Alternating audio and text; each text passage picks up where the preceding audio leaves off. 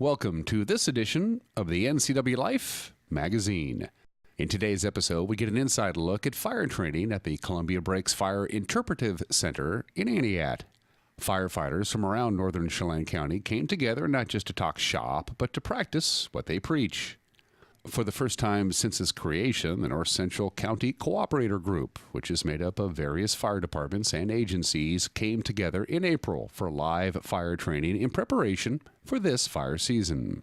So this whole group sort of started coming together after the summer of 2015 and the fire season that we experienced there. It was recognized amongst all the cooperators that participate in wildland fire, just to put more training emphasis on our unified command.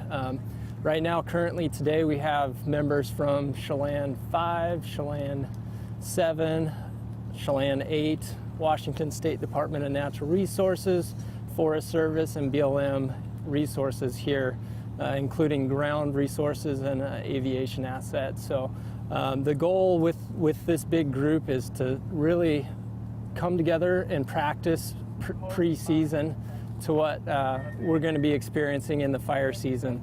So key points for us are unified command and having all the chiefs and incident commanders come together and making one plan and having folks on the ground be able to adapt and fill roles as needed. The winter of 2015 into 2016 was when the group officially kicked off.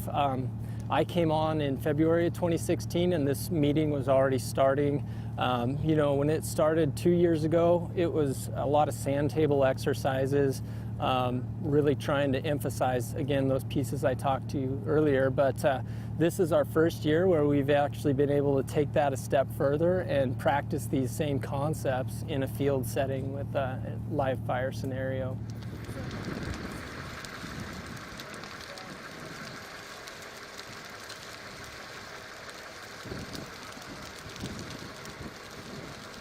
Well, I think that's extremely important for all of us and all the partners involved that we give those new folks that exposure to this, which is another key point for today is that some of these guys, this is the first fire they've seen before, and the fact that we can pull that off in a controlled setting is excellent. So for me personally, it's that successional planning, it's that mentorship, it's that leadership of developing that next group of fire leaders in our community that'll be able to support and eventually lead these things moving forward. Well, I think all of the Forest Service, they put out a press release on prescribed fire. Obviously, there's going to be a lot of this happening in the springtime, as well as folks that are doing that in their backyards and things. The big things that I can say for landowners that are participating in doing some forest cleanup activities, especially if you're involving burning, is to make sure that you're getting the proper permits for that burn. And the big piece of that is making sure that you're in attendance, you have mineral soil all the way around your piles when you're burning, and you've got the right permits. So locally, this is our big get together. Folks will go their separate ways from here. We've got a lot more training that's going to be coming up in the month of May and into June, actually. Getting a lot of the folks that aren't able to attend this more training, kind of keep advancing that forward. So we're going to be full training for at least another month and a half, and then rolling into fire season after that. I think it's really important for the public to understand, as folks are doing, as agencies are doing prescribed fires, they are putting smoke into the air for short duration periods of time. Over time, the hope is that we are able to do that and lessen that impact in the summertime when we have those larger fires that we might see smoke for long durations like we did last year for over a month. So I think just understanding from the public in terms of how these decisions are made is pretty important for us. So. The training event hosted at the Interpretive Center was not only a learning opportunity for firefighters, but also a project that creates a visual example of a prescribed fire for Chelan County. Up next, you'll hear from Maggie Bailey, a longtime board member at the Interpretive Center, and Chelan County Fire District 8 Chief Mike Asher on the partnership between the center and local fire agencies. Welcome back to the NCW Magazine. Maggie Bailey has worked with the Columbia Breaks Fire Interpretive Center for 13 years as a board member. She tells us more about the center and their footprint in the community. Columbia Breaks is named after these rock formations behind me that form the breaks, and that's what they call. And so we took our name, Columbia Breaks, and in the early days, the project was begun by Nancy Belt, former Forest Service employee, who had the idea of saving lookouts, and she felt like so many of them were being destroyed that part of the forest history, firefighting history, was going to be burned up or destroyed. So she wrote a grant and wrote a proposal, and money was granted for that. And so that was the beginning of the Columbia Breaks Fire Interpretive Center Foundation. And it started with a board, and the first project was to find a location that would be suitable for the project, and there were several locations, and this location was chosen because it has a natural amphitheater toward the back of the property, and has a big beautiful knoll that has lots of flowers in the spring, and it was 17.5 acres, which we felt would be suitable for a multi-million-dollar interpretive center theme. So the project's been going for 30 years this year, and it's very slow growing. As I said earlier, we are a board of, we're unpaid, and so all of our work is volunteer, and we started by cleaning up the trash on the property. And so things have evolved. Very conservative board. We've gotten grants from the state of Washington legislature and have a numerous following of people. But our mission is to educate the public about wildland fire, fire in general, what it does to the landscape and the forest, how its pros and cons, wildland or interfacing with the residential areas, which we have a residential area on the other side of this knoll. And so we brought in a few one by one, the Chelan Butte Lookout and the Badger Mountain Lookout, and another one here behind me as a representative of the different styles of lookouts that were used in the Forest Service during their time. And this is just only a small amount, of the numbers. But we have students come here from local school districts. Some bust. They spend a full day out here, and they get to go up in the lookouts. They get to wander the trails, and we have interpretive signage, and talks about the flora and the fauna and what fire does to these things, and about the wildlife. And so we're building is stepping stones, and we invite the public to come and walk our trails and bring a picnic lunch and come out and see our place. So how did the North Chelan Cooperator Group and the Interpretive Center join forces? Bailey provides background for the relationship between the two groups and future projects for the community. It was a part of our conversations. One of our board members was a Forest Service employee, and many of our board members work with fire in some way. But Mike Asher just spoke to the whole group very well about Columbia Breaks' goal for this property to be, because it's a teaching tool, that we show how to landscape around our property to prevent fires burning our structures, and also to show what fire does and like we're burning this piece in front of us right now, and next year it'll look a little bit different. And in another year, this project is going to be over a 7-year period. And so the proposal was written out and designated what was going to be burned this year, what will be burned next. And so when we bring students here, we can say, this is what comes back after a year, or this is what it looks like after 2 years, or in 7 years. See, this is where the trees and the bushes and the shrubs are right now. So it's a teaching tool, and it satisfies the interagency desires to overlap and help each other out. And they're doing this training today using the different agencies, and they're working together on this project and talking about how they can work together on major fires.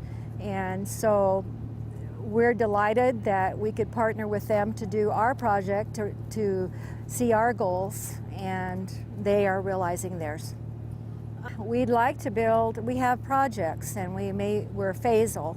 And so our next steps is to have a building that is enclosed to start putting in our interpretive themes where the public can come and interact. In fact, the museum in Wenatchee is donating to our project the entire Firewise project and all their photos and all their literature, but the requirement is that we have an enclosed building. So we're talking about, I don't know, $75,000 to $100,000 for a structure that can be protective of that exhibit and be interchangeable for other exhibits. Come walk our site, donate, and help us realize our dreams. And we do try to publicize our activities, and we have a newsletter that goes out twice a year. And if anyone wants to be on the list, just call Dave Spees, our president. We don't have an office that's staffed right now, but Dave Spees is the president of Columbia Breaks, and he has a phone number, and we'd love to put you on our list, and they can support that way or come out and help us clean the property every now and then. You know. Up next, Chelan County Fire District 8 Chief Mike Asher on the NCW Life Magazine. Well, it started as a training opportunity 2 years ago with the different fire agencies in this North Chelan County area. We identified a need to get all of the heads of those different agencies together to talk about what we had to do to help integrate all of our resources in a unified way so that when we go to a fire service isn't doing something different than the Forest Service, and the Forest Service isn't doing something different than the fire service.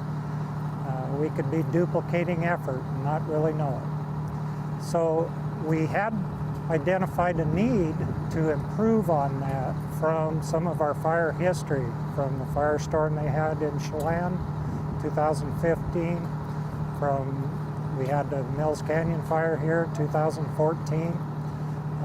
We've had numerous fires in close proximity that made us realize that we are all seeming to work with fewer and fewer resources every year, and to best utilize what we do have, they have to be unified and we have to integrate and work together. So it ended up that Columbia Breaks approached me here since this is within our fire jurisdiction, they approached me about a need to burn areas of their ownership to demonstrate the effects of fire on the landscape. They wanted to be able to have landscape that had different years of fire damage so that they could show how fire recovers over time. So, since I was also involved in the unified effort to integrate all of our departments and their activities, we decided to try to marry the need of Columbia Breaks to have live fire and demonstrate that with our meeting and activities to help unify all of our interagency partners. And so that is how it came to be that we're trying to meet objectives for both of us, and it's working extremely well.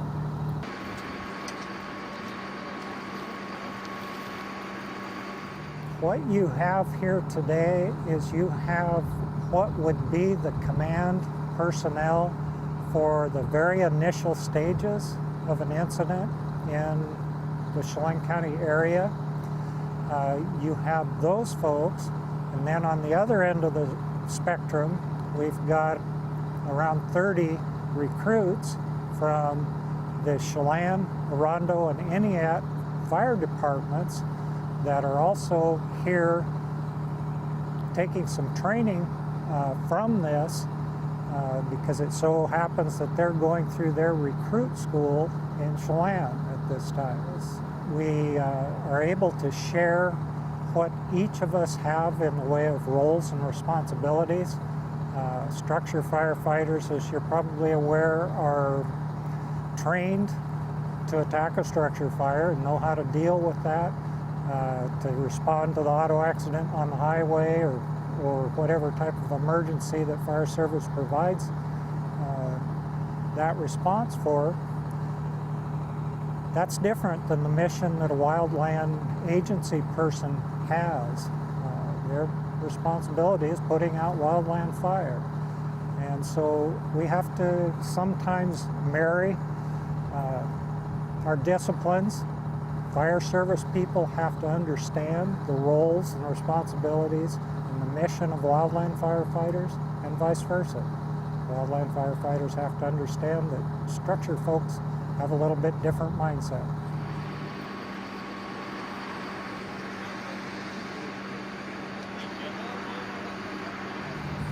The biggest takeaway for the locals that live in close proximity here is this is reducing fuel loading in the vicinity, which you get a start with heavier fuels later in the midsummer when that start can be wind driven and maybe do some harm to the neighboring adjacent structures.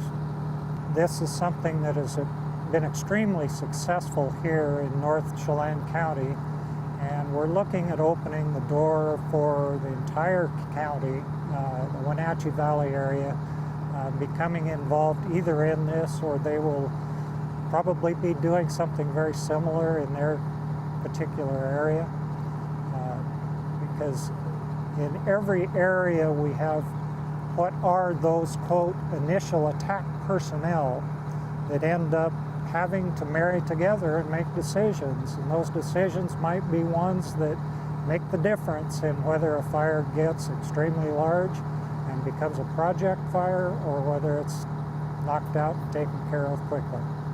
Thank you for joining us for this edition of the NCW Life magazine. For more information on this episode or others, visit ncwlife.com.